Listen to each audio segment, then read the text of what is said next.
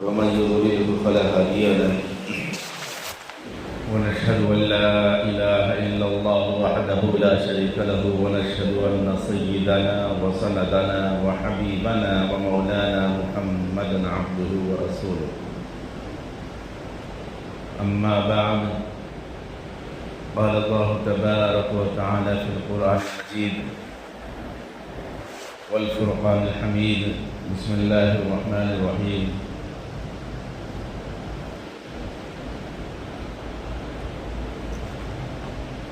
قل إن كنتم تحبون الله فاتبعوني يحببكم الله صدق الله العظيم قال النبي صلى الله عليه وسلم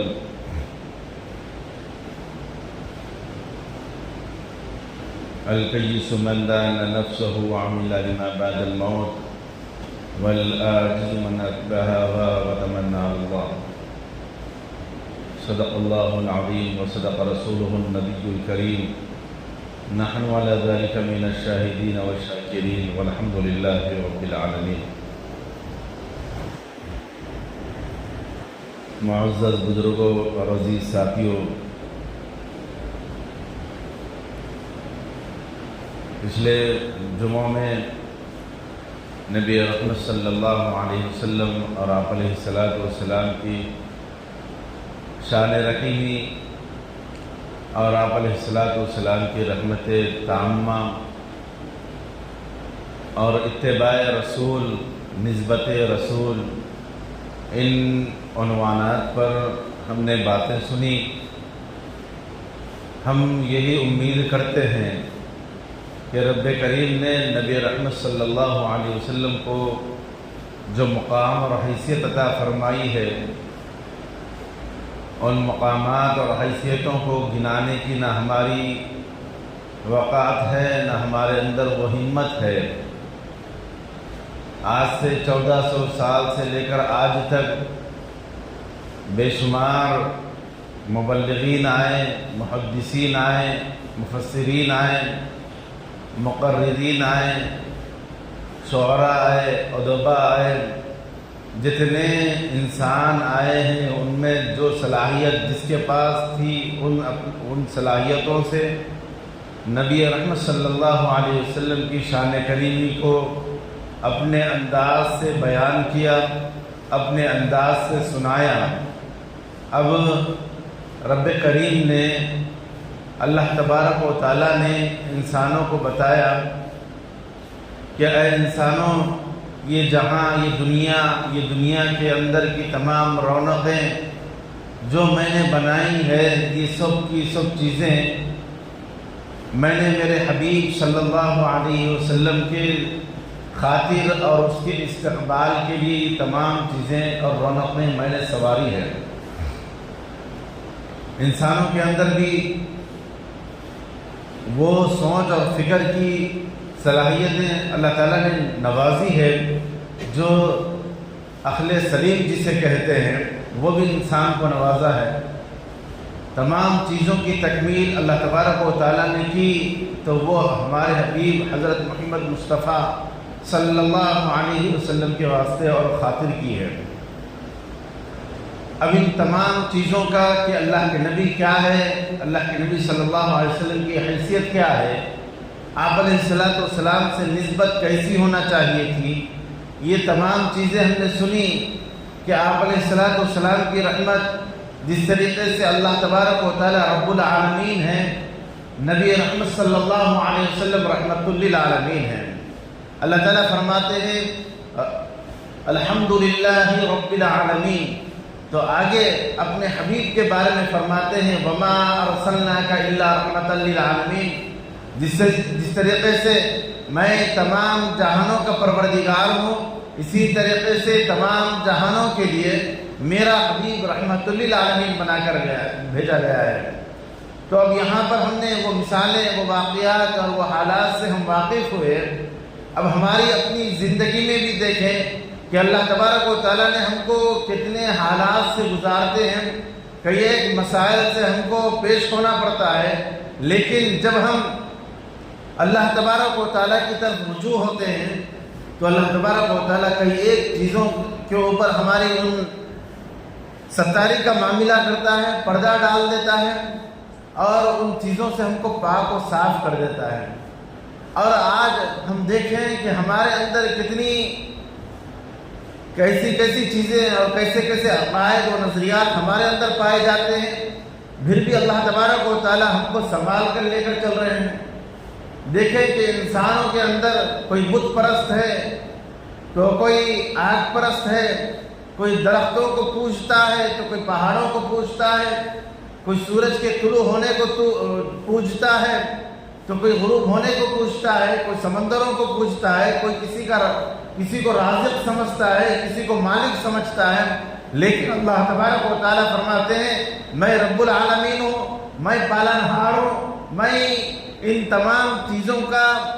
دینے والا، تخلیق کرنے والا، پیدا کرنے والا میں ہوں۔ تم مجھ سے روزی مانگو، میری طرف رجوع ہو، میں اکیلا ہوں، میں تنہا ہوں، میری عبادت کریں۔ یہ اللہ تبارک و تعالیٰ چاہتے ہیں کہ اور فرماتے بھی ہیں اے لوگوں، اے انسانوں، میں نے تم کو اپنی عبادت کے لیے پیدا کیا ہے، تم جو مانگنا ہے،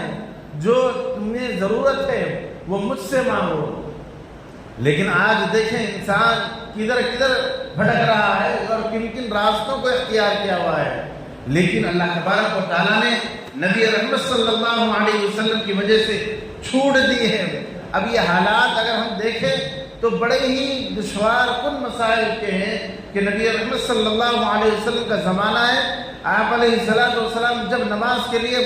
مسجد تشریف لے جاتے تو جس راستے سے جاتے اس راستے میں ایک بڑھیا کا گھر تھا، وہ روزانہ نبی رحمت صلی اللہ علیہ وسلم کے اوپر کچرا ڈالتی اور کہتی کہ یہ وہ شخص ہے جس نے ہمارے آبا و اجداد یعنی ہمارے باپ دادا کے دینوں کو جھٹلایا ہے، ہم جن بتوں کی پوجا کرتے ہیں ان بتوں کو باطل قرار دیا ہے۔ یعنی یہ شخص وہ ہے، یعنی نبی رحمت صلی اللہ علیہ وسلم وہ ایک اللہ کی عبادت کرنے کے لیے کہتا ہے۔ اللہ تبارک و تعالیٰ فرماتے ہیں قل هو اللہ احد، اے لوگوں، اے نبی رحمت صلی اللہ علیہ وسلم لوگوں سے کہہ دیجیے کہ اللہ ایک ہے، تنہا ہے، وہ کسی کا باپ ہے، نہ اس کی کوئی اولاد ہے، وہ بے نیاز ہے۔ یہ اللہ تبارک و تعالیٰ اعلان فرما رہے ہیں۔ تو بڑھیا کہتی ہے کہ یہ وہ شخص ہے جو تنہا ایک رب کی عبادت کرنے کا حکم فرماتا ہے اور ایک شخص کی عبادت کرنے کا حکم دیتا ہے۔ حالانکہ ہمارے پاس بے شمار بت ہیں، ہم ہی نہیں بلکہ ہمارے آبا و اجداد جو ہمارے پیڑھیاں تھی، جو ہمارے اصل تھے، ہمارے بڑے تھے، وہ لوگ ان کی عبادت کرتے آئے ہیں۔ 313 بت تھے، کوئی چاول دینے والا تھا تو کوئی روٹی دینے والا تھا، کوئی پیسہ مال اسباب دینے والا ہے تو کوئی بارش برسانے والا ہے، کوئی سورج طلوع کرنے والا ہے، ہر ایک کا الگ الگ بت بنا رکھے تھے۔ تو بڑھیا کہتی ہے میں اس کے اوپر کچرا اسی وجہ سے ڈالتی ہوں، یہ وہ شخص ہے جو ہمارے معبودان باطل یعنی باطل ہی معبود ہے، نہ ان کی کوئی حقیقت ہے، نہ کوئی ان کی اصل ہے، بس یوں ہی شیطان نے چاہا کہ انسان کو کس سے بہکائے تو اس نے یہ انداز عبادت کا لگایا، اس کے بعد وہ لوگ اس کی عبادت کرنے لگے۔ تو الغرض عزیز ساتھیوں، جب وہ بڑھیا بیمار ہو گئی، سکرات کی حالت میں تھی، 2-4 دن گزر گئے، اللہ کے نبی صلی اللہ علیہ وسلم نے فرمایا کہ روزانہ وہ بڑھیا آتی تھی اور کچرا ڈالتی تھی، وہ کہاں ہے؟ تو لوگوں نے تحقیق کر فرمایا کہ وہ تو ابھی بیمار ہے، مرض وفات میں ہے۔ تو اللہ کے نبی صلی اللہ علیہ وسلم فوراً اس کے گھر تشریف لے گئے۔ یعنی ہم یہاں پر اخلاق دیکھیں، اللہ تبارک و تعالیٰ نے جو ان چیزوں کے ذریعے سے یعنی اللہ کے نبی صلی اللہ علیہ وسلم کی رحمت اور آپ علیہ السلام سے تعلق، وہ نسبت کا جو اصل ماوا و ملجا ہے، اصل ہمیں جس طرف پہنچنا ہے وہ چیز یہ ہے کہ اخلاق کریمہ جو نبی رحمت صلی اللہ علیہ وسلم کے تھے، بہترین اخلاق جو اللہ کے نبی صلی اللہ علیہ وسلم کے تھے، وہ ہمیں دیکھنا ہے اور ان پہلوؤں کو ہمیں اختیار کرنا ہے کہ اللہ کے نبی صلی اللہ علیہ وسلم فوراً اس کے گھر تشریف لے گئے اور دیکھا کہ وہ بیمار ہے، اس سے حال دریافت کیا۔ تو وہاں پر اس نے بڑھیا نے کہا بیٹا تو جب میرے پاس آیا ہے تو میرا حال مت پوچھ، بلکہ وہ کلمہ پڑھا جو کلمے کی دعوت تو دیتا ہے، وہ چیز تو مجھے دین و اسلام کے اندر مجھے داخل کر جو دین و اسلام کی دعوت تو دیتا ہے۔ اے محمد صلی اللہ علیہ وسلم مجھے ایمان کا کلمہ پڑھائیے۔ تو اللہ کے نبی صلی اللہ علیہ وسلم نے لا الہ الا اللہ محمد الرسول اللہ اس بڑھیا کو پڑھایا۔ جیسے ہی وہ کلمہ اس کا ختم ہوا ویسے ہی اس کا وصال ہو گیا ہے۔ تو گھر کے تمام افراد جو تھے وہاں پر اس کی فکر نہیں کیے کہ گھر کی ایک بڑی عورت کا انتقال ہو گیا، بلکہ انہوں نے نبی رحمت صلی اللہ علیہ وسلم کو پکڑ لیا اور کہا اے اللہ کے نبی، اے محبوب کبریا، پہلے آپ، ہم بعد میں تجہیز و تکفین کریں گے، بعد میں ہم میت کے سامان کریں گے، پہلے تو ہمیں وہ کلمہ پڑھائیے جو کلمہ ہماری ماں کو پڑھائے ہیں، ہماری گھر کی بڑی عورت کو پڑھائے ہیں، وہ کلمہ ہم کو پڑھائیے پہلے سب پورا کا پورا گھر سب مسلمان ہوگا، ایمان میں داخل ہوگا۔ یہ وہ اخلاق ہے جو اللہ تبارک و تعالیٰ نے نبی رحمت صلی اللہ علیہ وسلم کو رحمت کا سایہ فکر عطا فرماتے ہوئے وہ اخلاق انسانیت تک بانٹے ہیں۔ لیکن آج دیکھیں ہمارا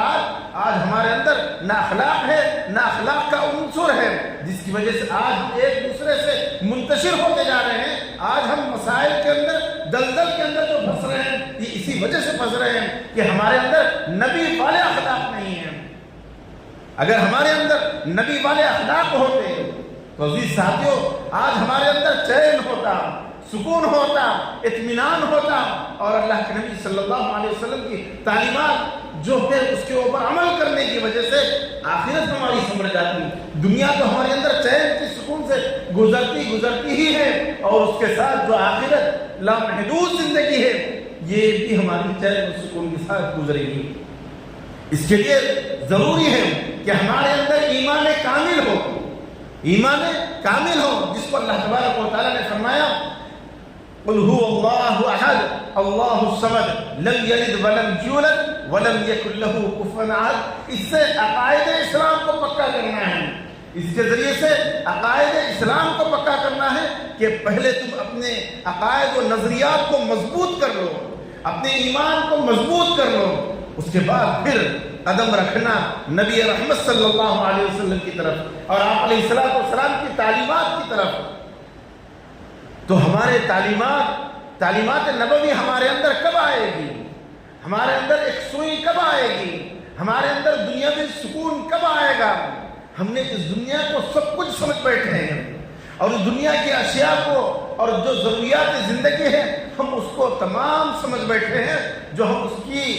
کی حاصل کرنے کے لیے ہر ممکن کوشش کرتے ہیں۔ ہر ممکن ہم کوشش کرتے ہیں کہ کس طریقے سے میری جائیداد بن جائے، میری پراپرٹی بن جائے، میرے پاس مال و اسباب آ جائے، اس کے لیے ہر ممکن کوشش ہم کرتے ہیں۔ ہم اس چیز کو نہیں دیکھتے کہ اللہ تبارک و تعالیٰ ہم سے کیا مطالبہ کر رہا ہے۔ یہ دنیا مستقل نہیں ہے، عارضی ہے۔ ہم دیکھیں کہ کتنے لوگ جو دنیا کے اندر پل رہے ہیں اور دنیا کے اندر رہ رہے ہیں، جو اپنے مال و اسباب کے اعتبار سے چوٹی کے اوپر ہے، لیکن وہ ایک وقت کا صحیح کھانا نہیں کھا سکتے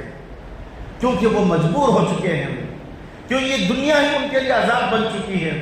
حالانکہ تمام اسباب موجود ہیں، تمام سامان ان کے پاس موجود ہے، لیکن وہ اپاہج ہو چکے ہیں ان چیزوں کے استعمال کرنے سے،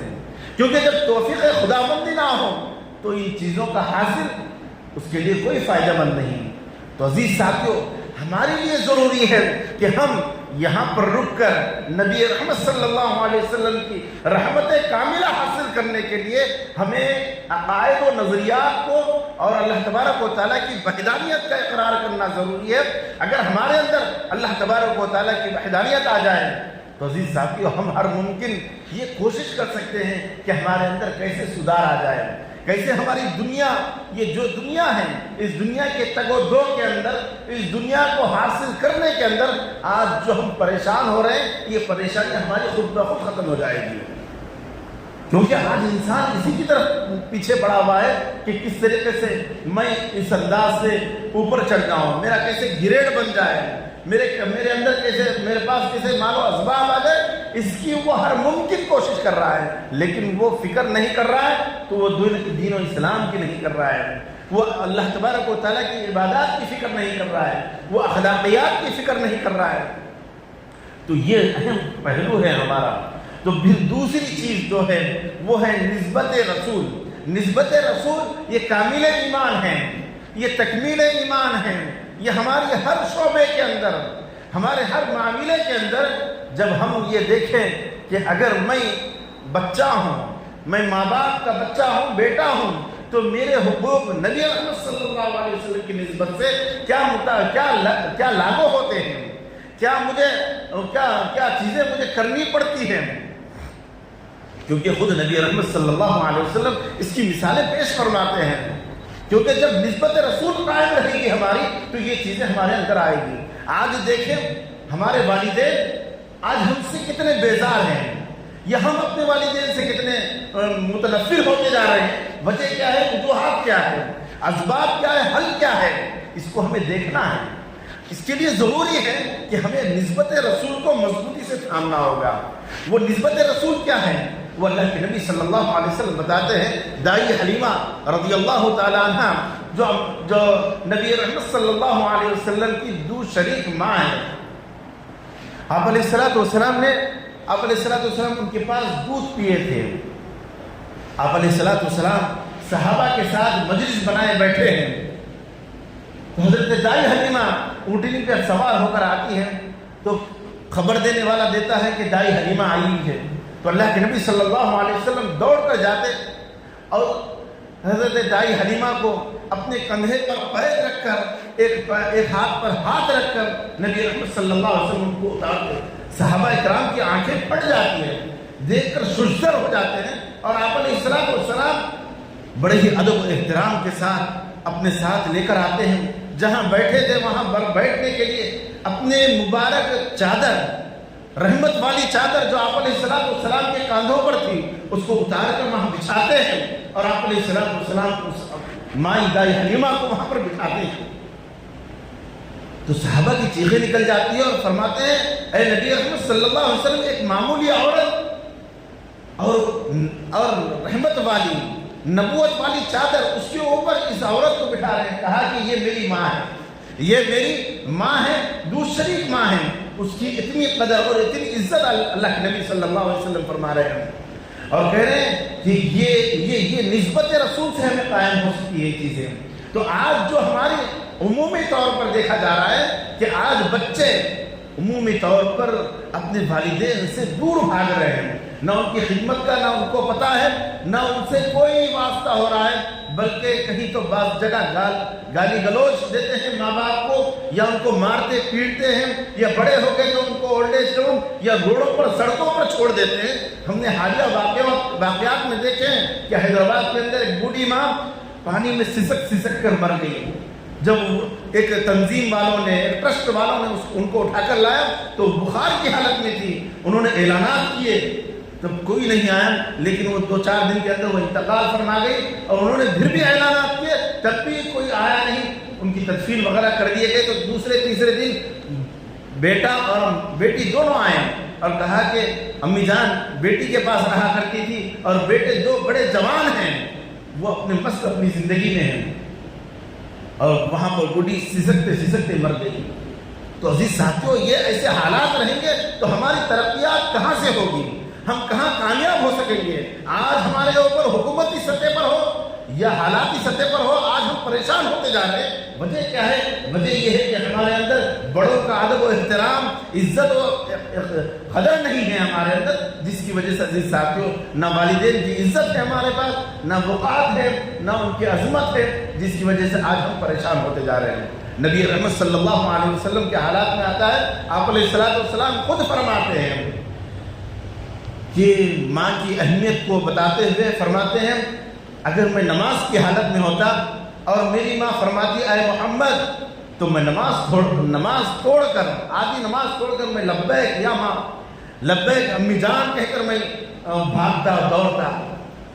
یہ ہمیں کیسے حالات معلوم ہوں گے؟ یہ عمل ہمارے اندر کیسے آئے گا؟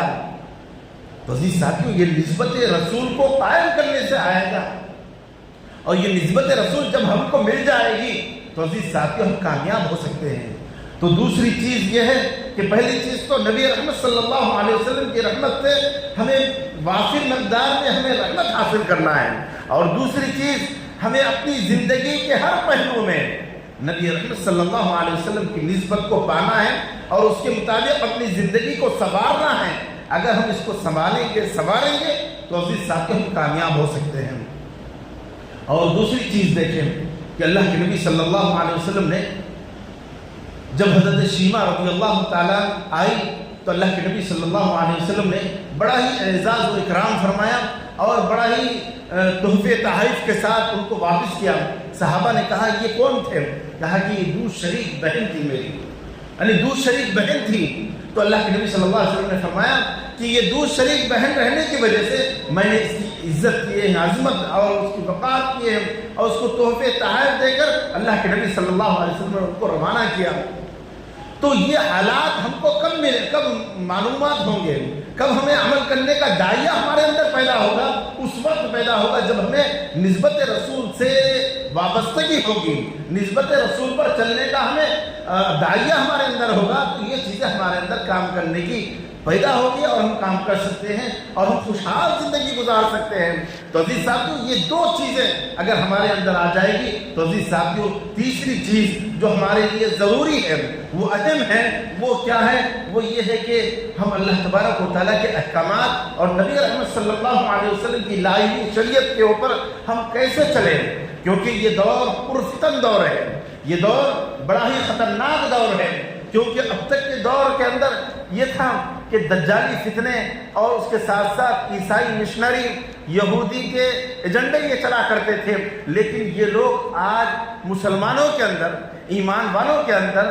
دین ختم نبوت کو، اور آپ علیہ السلام نے جو اعلان فرمایا میں آخری نبی ہوں، میرے بعد کوئی نبی نہیں، اور اللہ تبارک و تعالیٰ نے بھی فرمایا کہ نبوتوں کا سلسلہ ختم ہو چکا ہے، نہ نبی آئیں گے، نہ رسول آئیں گے، نہ کوئی کتاب آئے گی۔ اب یہ حتمی طور پر ہو گیا ہے کہ اب کوئی نبی نہیں آئیں گے، بلکہ یہ امت آخری امت ہے، اور اس امت کا یعنی ہمارا بہت بڑا اعزاز ہے۔ اللہ تبارک و تعالیٰ نے ہمارا بہت بڑا مقام بھی رکھا ہے۔ کیا مقام ہے ہمارا؟ وہ مقام یہ ہے کہ کل قیامت کے دن اللہ تبارک و تعالیٰ اور امتوں کے بارے میں ہمیں گواہی دیں گے کہ ان رسولوں کی کیا تعلیم تھی، ان رسولوں کے کیا تعلیمات تھی۔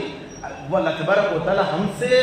گواہی لیں گے کہ یہ تعلیمات انہوں نے دی یا نہیں۔ وحدانیت کی تعلیم، دین و شریعت کی تعلیم، اسلام کی تعلیم ان نبیوں نے، یعنی جتنے سوالات انبیاء علیہ السلام گزرے ہیں ان نبیوں کے بارے میں اللہ تبارک و تعالیٰ ہماری گواہی لیں گے، یعنی امت محمدیہ کی، پھر ہماری گواہی قبول بھی ہوگی۔ تو عزیز ساتھیوں، ہمارا مقام اور مرتبہ دیکھیں کہ کتنا بڑا ہے، لیکن آج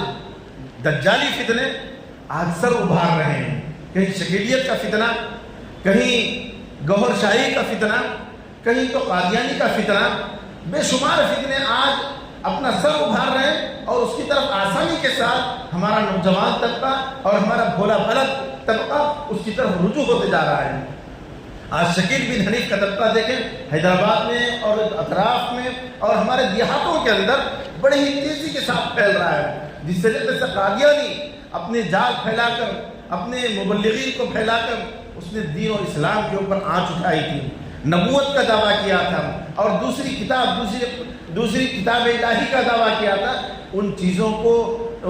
کو مسترد کر دیا گیا ہے، کیونکہ اللہ کے نبی صلی اللہ علیہ وسلم نے فرمایا میں آخری نبی ہوں، میرے بعد کوئی نبی نہیں۔ لیکن عزیز ساتھیوں، یہ چیزیں ہم کو اس کے اوپر حتمی طور پر ہمیں فیصلہ لینا ہوگا کہ ایسے فتنے جو آ رہے ہیں اس کو سب سے پہلے تو ہم ان سے رکیں، اور اگر ہم ان کو روک سکتے ہیں تو روکیں، ان کو سمجھائیں، کیونکہ یہ ہمارے ایمان والے بھائی ہیں، امت محمدیہ کے افراد ہیں، ان کو دعوت پہنچانا یہ ہمارا ہی کام ہے، ان کو صحیح راستہ دکھانا، صحیح راستہ بتانا یہ ہمارا ہی کام ہے۔ لہذا ہم ان تک پہنچیں، یا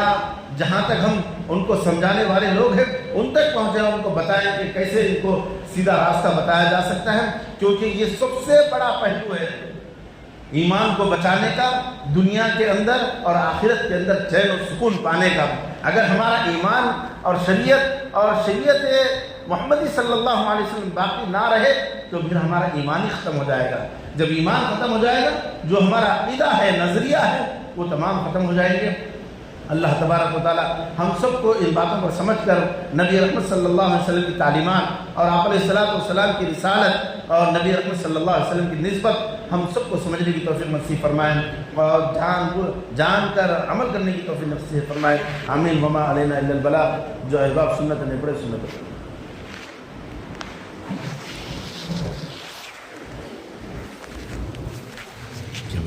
Hindi kayo daw. Hindi kayo wala.